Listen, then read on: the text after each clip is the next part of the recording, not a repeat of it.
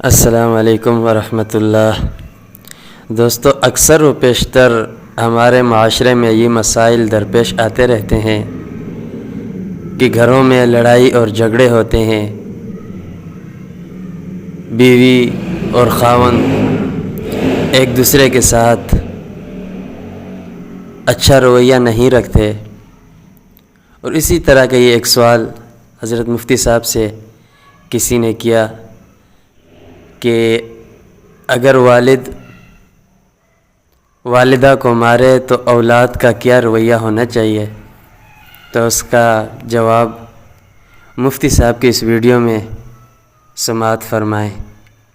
پاکستان سے کسی نے پوچھا ہے، میرے والد صاحب میرے سامنے میری والدہ کو مارتے ہیں، میں 18 سال کا ہوں، شریعت مجھے کیا کہتی، مجھے کیا کرنا چاہیے، میں اپنے والد صاحب کو روک سکتا ہوں؟ بھائی، ماں بیوی پہ ہاتھ اٹھانا اور خاص طور پہ بچوں کے سامنے، یہ تو بہت ہی نازیبہ حرکت ہے۔ باقی آپ پوری ڈیٹیل بتائیں، کیا وجہ کیا ہے، ہاتھ کیوں اٹھاتے ہیں، والدہ کیا کر رہی ہوتی ہیں جو ہاتھ اٹھاتے ہیں؟ نارملی تو یہ بہت ہی برا عمل ہے، لیکن بعض دفعہ بیوی ایسی حرکت کر رہی ہوتی ہے کہ شوہر کے پاس یا تو طلاق کا آپشن ہوتا ہے یا ہاتھ اٹھانے کا آپشن ہوتا ہے، تیسرا آپشن ہوتا نہیں ہے مرد کے پاس۔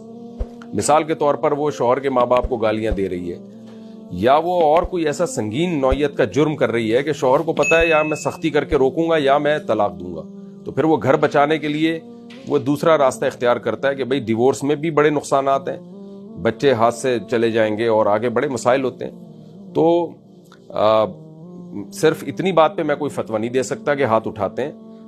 نارملی یہ عمل برا عمل ہے، اس کو اپریشیٹ نہیں کیا جا سکتا، کیونکہ نبی صلی اللہ علیہ وسلم نے پوری زندگی اپنی کسی زوجہ پہ ہاتھ نہیں اٹھایا۔ لیکن اسپیسیفک کسی خاص شخص کے بارے میں فتویٰ دینے سے پہلے یا مشورہ دینے سے پہلے جب تک دونوں کی ڈیٹیل سامنے نہ آ جائے اس وقت تک کوئی رائے دی نہیں جا سکتی۔